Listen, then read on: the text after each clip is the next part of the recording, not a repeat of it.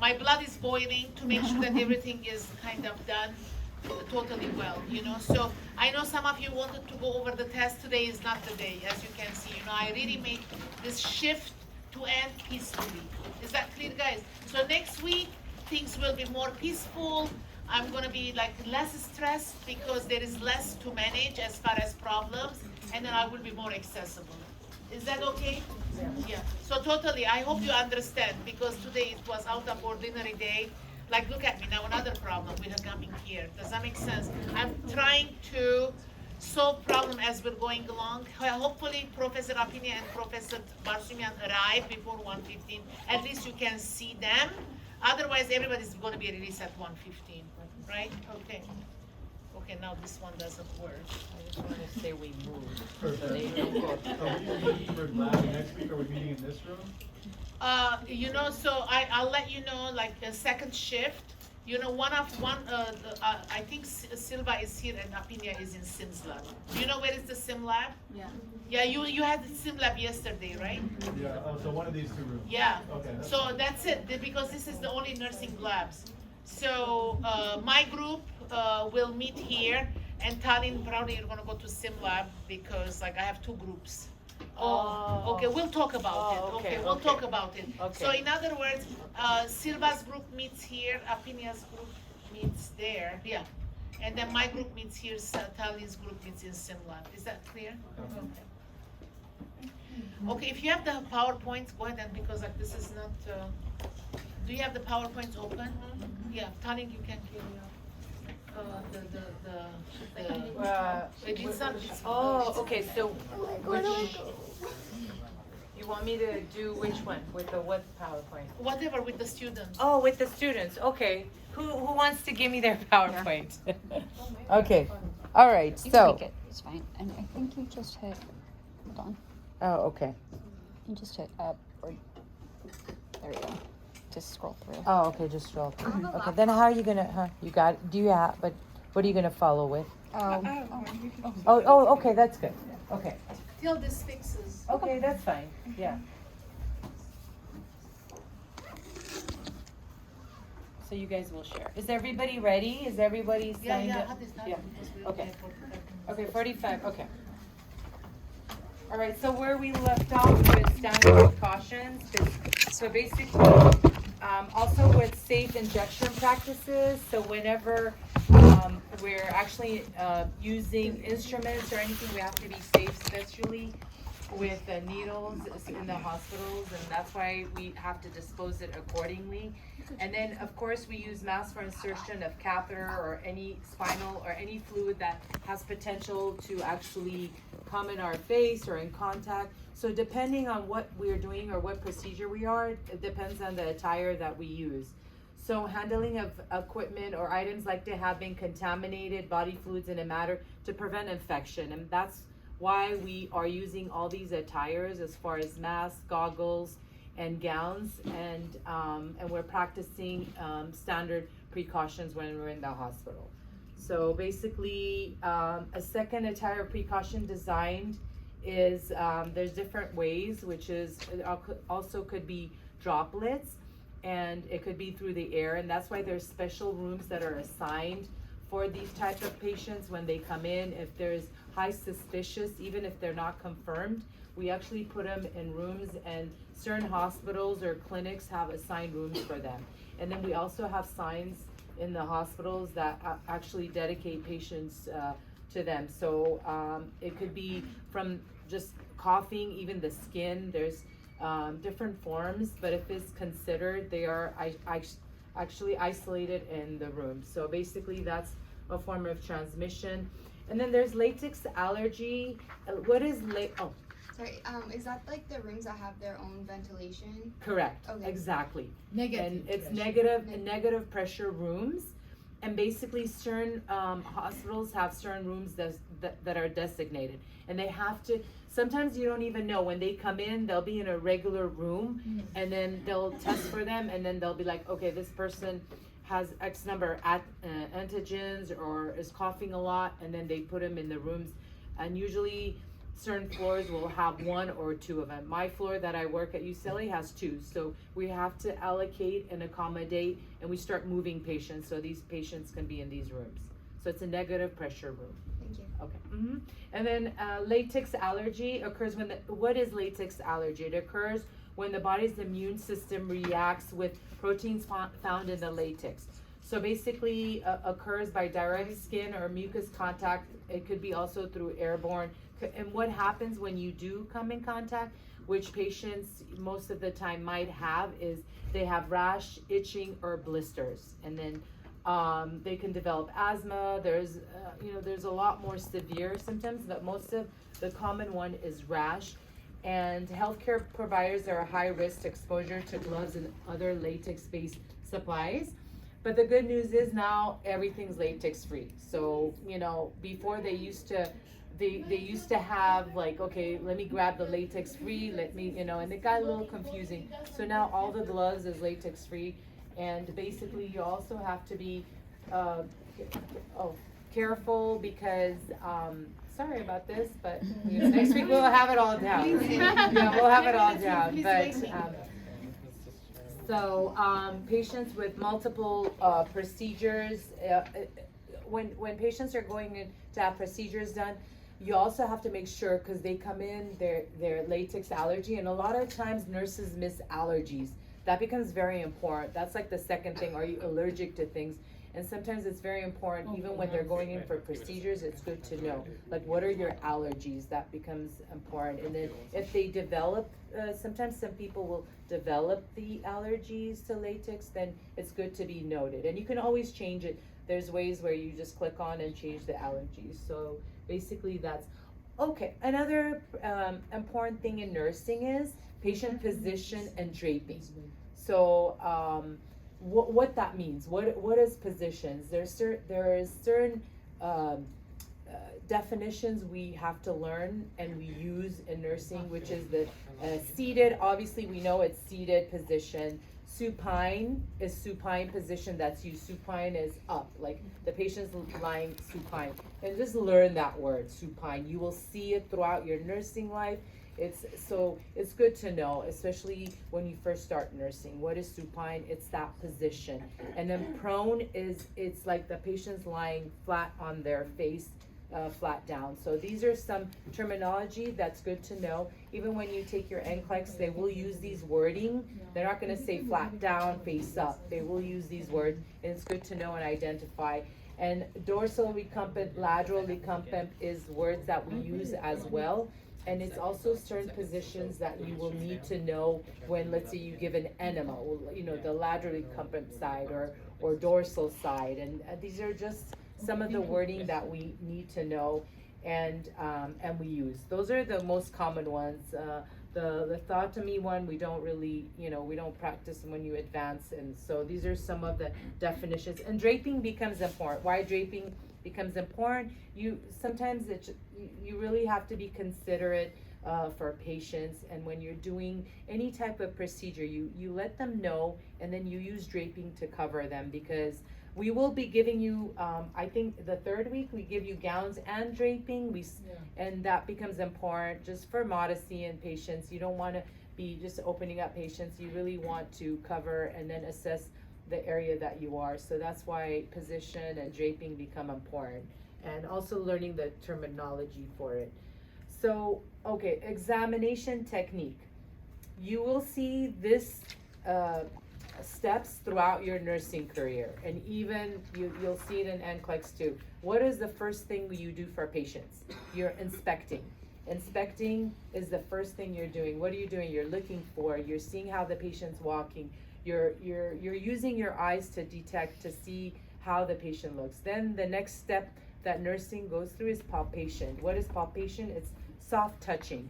That's soft touching, palpating certain areas that you will be palpating.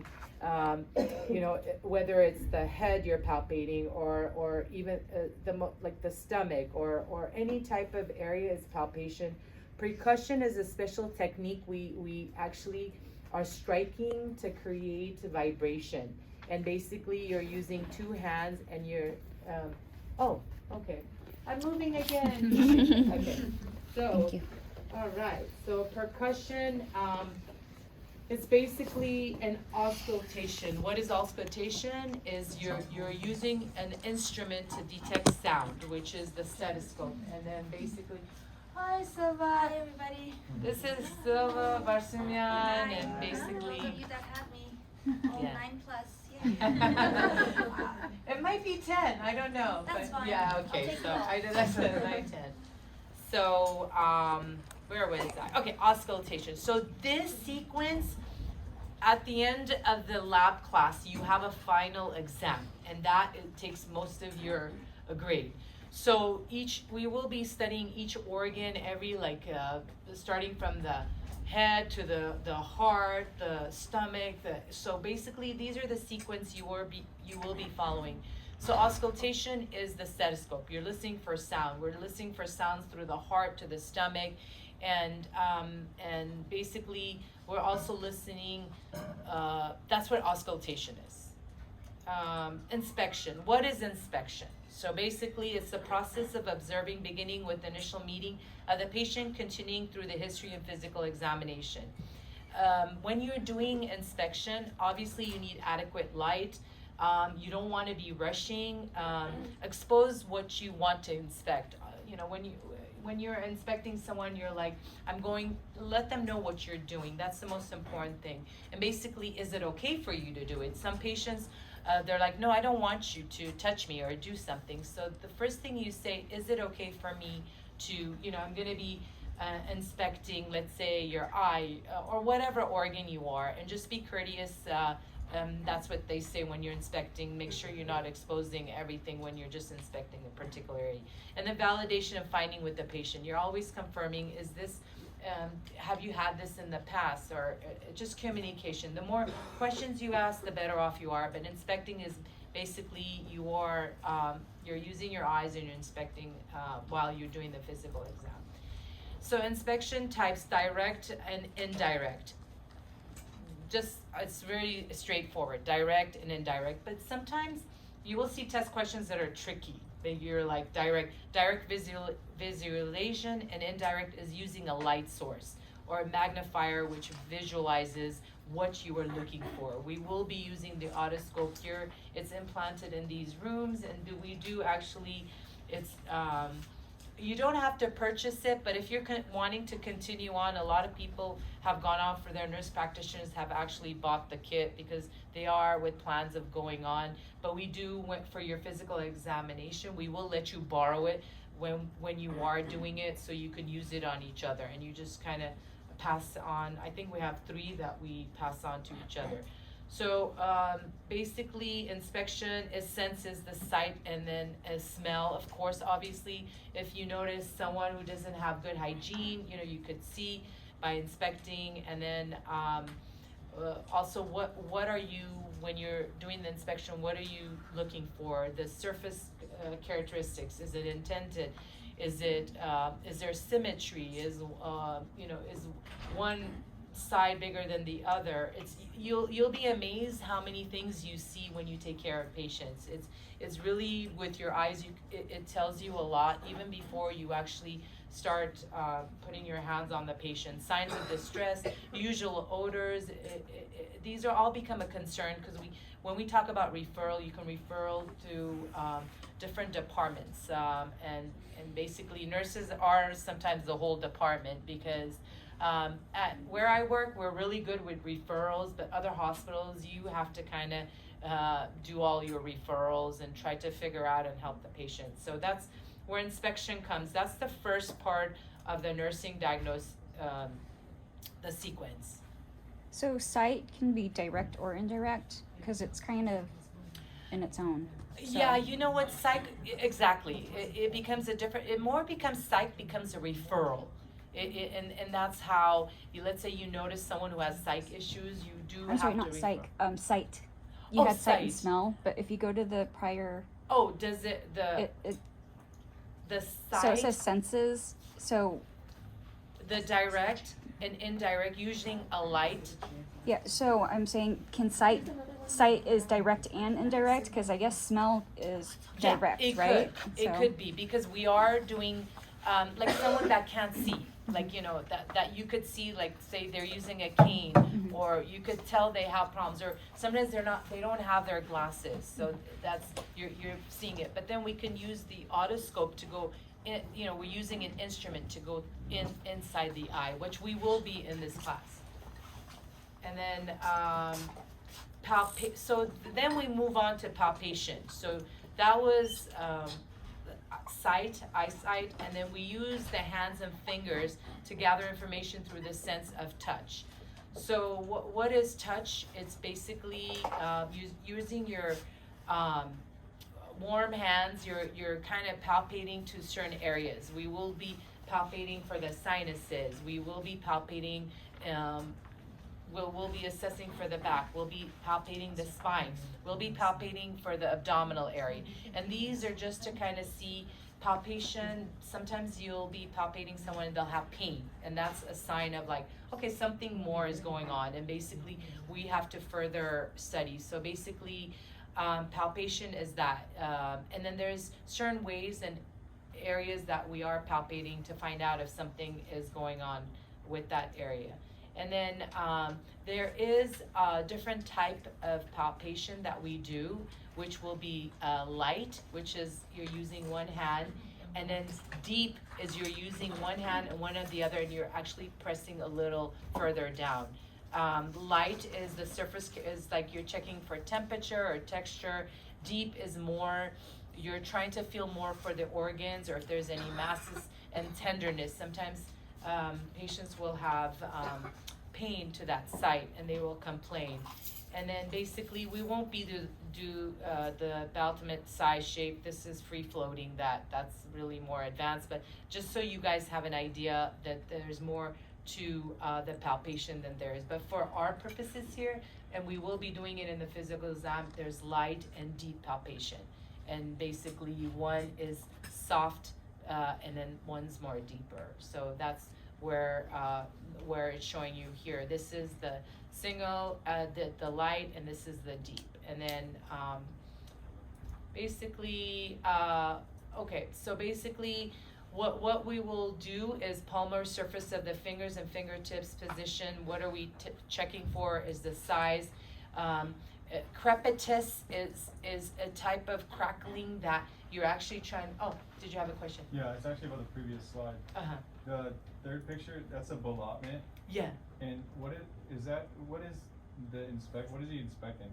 Oh, this Is that one. his uterus or Yeah, like a this fetus? is something you don't need to know. Okay. Yeah, it's just put that is another form, and that's more higher advanced for like nurse practitioner, and basically that's why for our purposes we don't need to know that. So are we gonna just do ballotment tests on the knees for the primarily? No, or? no, like I said, you don't need to know that. Oh, okay, not Yeah, at all. Okay. yeah, sorry, yeah. That one, we're not gonna be doing it in our physical exam.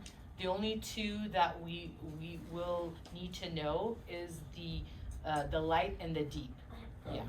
yeah, this is just put there, so just for your knowledge, there's different forms, but for our purposes in lab, it's just gonna be the two forms, which is light with one hand and deep is with two. Copy. Yeah, and then basically, for the knee, we won't be actually checking, we will be checking the hip when we do the musculoskeletal, and we're checking for crepitus, which is just type of crackling forms that we will be palpating for when you actually put it on the joint. Yeah. And then ulnar and a dorsal. Ulnar, we will be dorsal, we will be checking. Ulnar is this part of it. Dorsal is the back of it. Just learn these terminologies. Ulnar, we will be doing it when we check for the back of the patient. Ulnar, we will be doing like it's called 99. We're kind of using this side of and then dorsal, and just learn these terminologies that we will be using. Dorsal surface, we don't really, check for, in the hospital, sometimes you will need to use your hands, because sometimes, it's dorsal is the back of the hand. Sometimes we do use it. I sometimes do it. I know we wear gloves all the time, but sometimes they're like, wait, why is your temperature so hot? You can really feel more with the dorsal hand, and then sometimes the instruments that they give you at the hospitals, it's just getting cheaper and cheaper, so you're like, oh, it doesn't show it, but you see the patient burning up, so you kind of have to check with, like double check and triple check. So these are some of the terminologies that are used, and it's under palpation. So we've gone from inspection to palpation, and you will always hear Dr. Nakashan in her lecture go through this process. So it's good to kind of get it down, like what goes next, and basically this is the form of palpation. So percussion is a little more, it's a kind of little higher level of nursing. And sometimes people say, oh, why do we have to know this too? But it's good to know, because sometimes you will, in your practice, you might practice it. A lot of nurse practitioners use it, and you'll even see sometimes MDs coming in and checking and doing percussion on your patients. And it's just good to know. What is percussion? It's one object striking against another to create a vibration, a sound wave. And basically what you're checking for is for anything underneath the organs, and basically one hand finger is striking the other one, and basically while it's generating a sound that you can hear. And basically we are trying to, the sound waves arise from vibrations and produce tones. And basically each part of the organs or the respiratory organs have sounds that we're listening to, and you will be identifying some of these sounds. Sometimes what it's good to kind of see, while we're assessing for each other, we will probably most be normal, and if you're wondering what is abnormal, it's always good to go on YouTube, or if we have time, we'll put the abnormal sounds, because sometimes they'll be like, what am I really listening to? And so it's good to know what is normal, and then abnormal sounds. So tone is related to the density underlining the tissue, and that's percussion, and that's one of them. The next one that we're checking for. So we moved from palpation to percussion. So percussion is one hand striking the other on the surface, and it has to be on the skin. It can't be gowns. For the physical exam, you will get points deducted if you're actually trying to generate sounds on the gown. So make sure that you are on the skin. And basically, we'll go over it. We'll practice a lot in lab. We practice the percussion, and we'll get better at it. And sometimes it's really just kind of hearing and detecting the sound. And then percussion tones that I discussed, these are the common ones. Timpani. What is timpani? And you will know this word used a lot of the times, which is timpani is the loud, high, drum-like gastric bubble sounds that you hear. Timpani is mostly in the abdominal area. Hyperrenaissance is what? Hyperrenaissance is very loud, low booming, emphysema, you'll hear these noises and sounds. And honestly, sometimes on our patients, we don't even have to use a stethoscope. You will just notice it. And these are the terminologies we have to use in nursing, and you'll see it all the time in your notes too. So timpani, hyperrenaissance is the loud, low howl, healthy lung sounds. This page is very important as it will discuss the sounds that you are listening for. Dullness. What is dullness? It's over the liver, and it's soft, moderate, tongue-like sounds. Don't be so concerned about how does it right now. Just learn what these words mean right now. And then when we actually hands-on, we will actually be listening to these sounds, and we will be guiding you and helping you identify. But it's important to know these terminologies, because it's all new to you, for all of you. And these are universal that they use in hospitals, clinics. So everybody uses these words. Flatness. What is flatness? It's soft, high, dull over the muscles. And these are some of the sounds that we will be hearing when we percuss. And percussion is just a little more practice which is involved, and we will be practicing in lab. But just so you know, learn these words, and we will be going over and over and using these words as we go. Direct, okay. So there's different type of percussion, which is direct. So direct is finger strikes directly against the body, which the body is like where we will use the finger is for sinuses. Basically, you're using it and you're kind of percussing like this. This is percussing the skin. So it's going over it, and you're using your one finger. And basically, if someone has infection or something, they will identify and let you know. Oh, you know what? I have pain. So for us, a lot of us will not. If we don't have any infection going on, we won't. But just so you know, that is direct with one finger. Indirect will be like I said. That's the middle finger of the dominant hand. Is hammer. Middle finger of the non-dominant hand is placed on the body, and you're striking the area that you want to hear the sounds. Once again, the sounds are the sounds that we identified, and basically, we will be practicing indirect. But just so know the definition, there is direct and indirect way of percussing, and then so it's one hand striking the other while the other hand is on the surface of the body.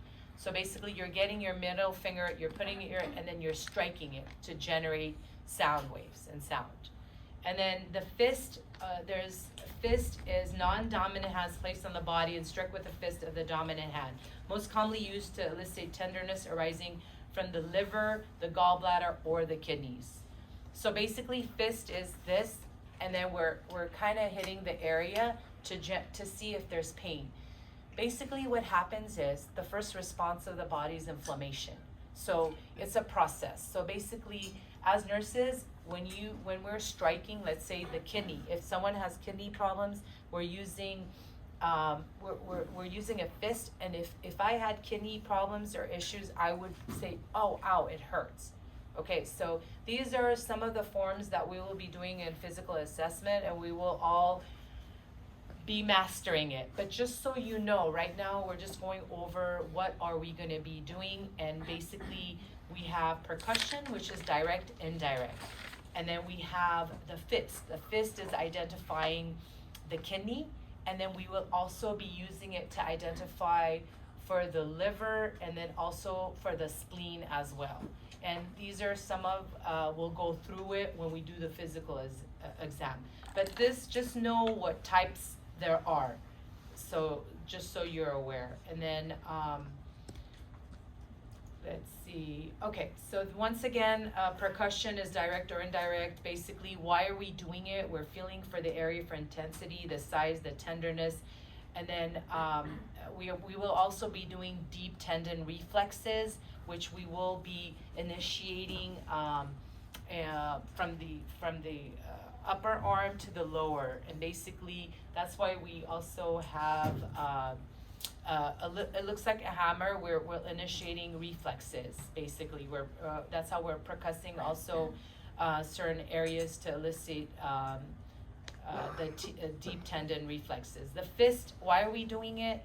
It's tenderness. If there's something going on, obviously, we're checking for it, and then further studies need to be done with x-rays, with labs, and then that's where the kidney comes into effect, the kidney, and that's where the fist and the blunt is for. And then let's see. Okay, so then we come into auscultation. What is that? It's the sound, the stethoscope that we're hearing. We're listening to the sounds produced by the body, listening for sounds. Directly and indirectly is obviously, it's basically when someone has issues, they're breathing heavy, there's signs something's going on, or a lot of time respiratory patients, you don't even need a stethoscope, they'll come in, they're gasping for air, or emphysema, or COPD, and those are, when it says direct, it's something that you're already inspecting, you're seeing, you don't need a stethoscope. Indirect is using the stethoscope that you're using, and so the stethoscope will be your best friend for life. Whenever you're in nursing, that will be your best friend for life. And unfortunately, I had to purchase like three ones, because make sure you put your name on it, because you get so excited. You're doing your assessment when you first start nursing, you leave it behind, and then you get so busy, and then you come back and your stethoscope is gone. So just for future, but that is something that we will be using a lot in nursing. So just get familiar with that, and that's what you're always using to listen for sounds. Perform, and it's done the last because perform last in examination sequence, except when you're coming. This is actually an NCLEX question a long time ago. Except when don't you use the sequence is when you're inspecting for the abdominal area. It's because you don't want to generate sounds and then be the last. So the auscultation comes second when you're doing the abdominal area. Stethoscope is placed on the naked skin. All the lab classes, don't put it on the gown because points will be deducted. It's always done on the bare skin, and then that's for all instructors. So listen for presence, characteristics of the sound. Like I said, learn those names: timpanis, Renaissance, dull, the ones we've listed there. So know the normal. Why did you say that abdomen is auscultated second? Oh, because when you're actually percussing, palpating, you're generating sounds that you don't want to generate the sounds.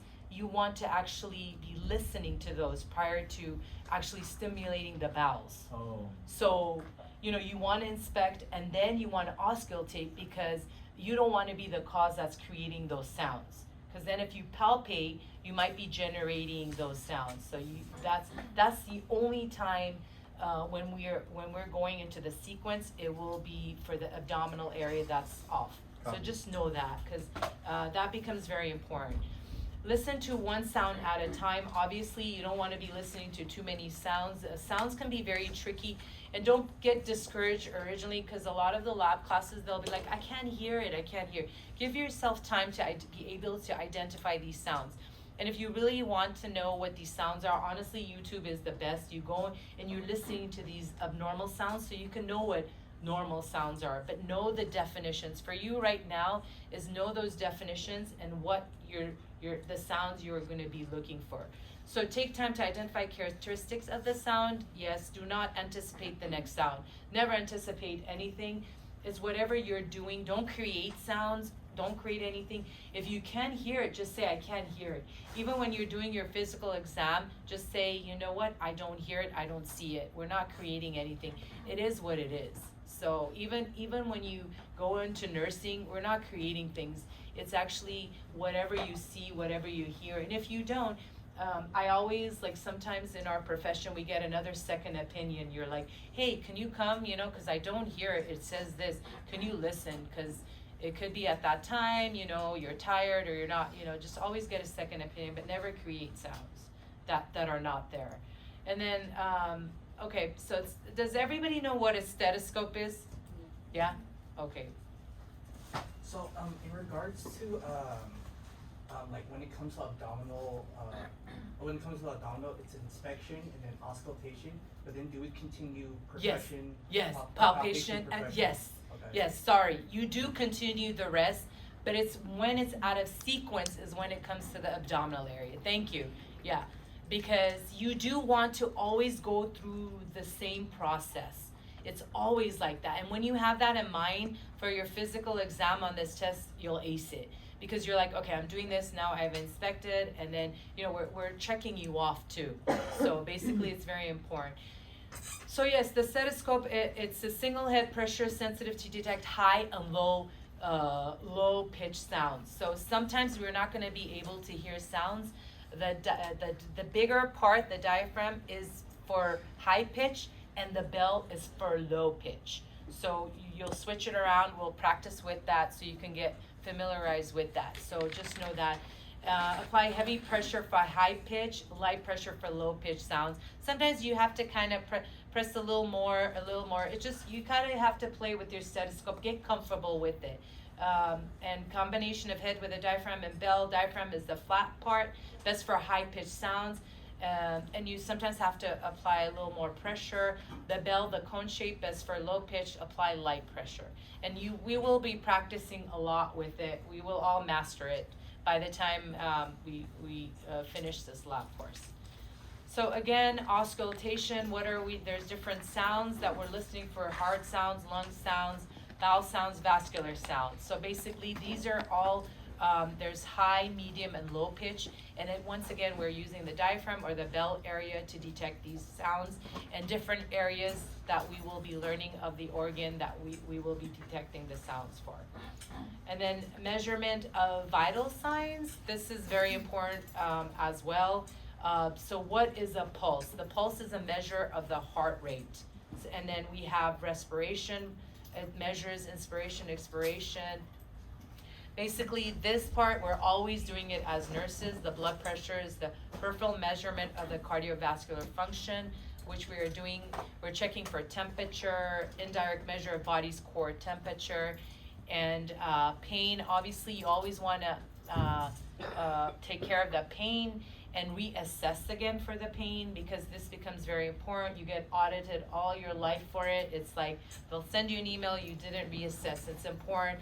When it's IV, it's 30 minutes, 15 to 30 minutes, and then if it's oral, you have to follow up with it 45 minutes to an hour after. And then oxygen saturation, it's an arterial way. We have, ways to identify. Obviously, you don't want to have a patient, beginning of your shift, that's usually normal is 93 and above. Sometimes patients who have COPD will be okay at 90%, and then of course you don't want it to be in the 80s. 80s is bad, and then anyway, once you don't take care of that problem, saturation, it gets worse, and then basically person starts turning blue, and then you don't want your patient to code. So why these become important, you don't want to identify this beginning of your shift, because you really want to take care of whatever problem there is. And these are just definitions of what we're checking for. We will check for pulses here. For our physical exam, we will be doing pulses. Pain, we're always assessing the areas for pain, and then temperature, and then respiration also is part of our physical exam as well here too as well. Measurement of height and weight to identify body mass is also something that is also used in nursing, and basically sometimes ways they actually prescribe medications to individuals. Standing platform scale with height, I work at a kidney transplant department at UCLA, and weight becomes very important, because that's one way to see if patients are retaining. We have to weigh our patients every day. Thank God we have help. They come in at 6 o'clock. It has to be done on all our patients to determine their weight. And then some certain medications you don't want to give too much, which is like chemo medications, depending on the body weight. So the body mass index becomes important, and obviously for infants and children as well, because what happens is you really don't want to over medicate anybody, and you want to use the body mass index, which is used to prescribe medications. And basically the waist and the hip measurement, which is also, you explained this really well, this one, the waist and the hip measurement. Yeah, okay. She explains this really well. It's okay guys, listen, the thing is, next week when we're talking about nutrition, I kind of explained like why the central obesity is bad, right? So okay, you have heard it, like if the fat is accumulated on the abdomen, that is called central obesity. It leads into cardiovascular disease, insulin resistance, and eventually into diabetes. Next week, nutrition. When I do the nutrition, obviously it's environmental, so like excess calorie intake, it's gonna lead to that.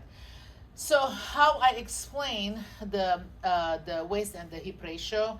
So if you have like a 16-year-old young man, like, so like they're doing track and field, like I see them, they're running in front of my house. Like you look, as if it's like bone and the skin, right? So like they're just growing up. So, and then so if you're gonna be taking the waist and the hip of this 16-year-old, so what is the number that you're gonna be getting?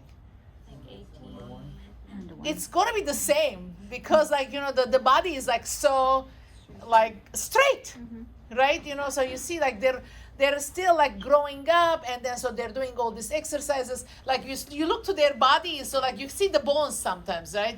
Haven't you seen it? You know, so and I see like the short is falling.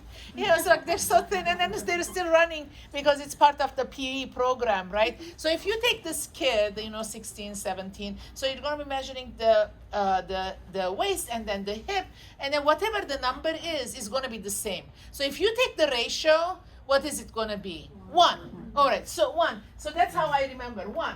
So then like you say, okay, so 1, okay, so you go like 0.9. 0.9, it's like 1, a little bit lower than 1 is 0.9. Does that make sense? So for men, ideal waist and hip ratio should be what? 0.9. So what does that mean? It means that there's nothing accumulated on the abdomen. It's flat. Is that clear? So the other thing is like for women, anatomically, the hip is larger because like that's how the women are made because of the childbearing. So in other words, then I remember, so the woman is going to be 0.85.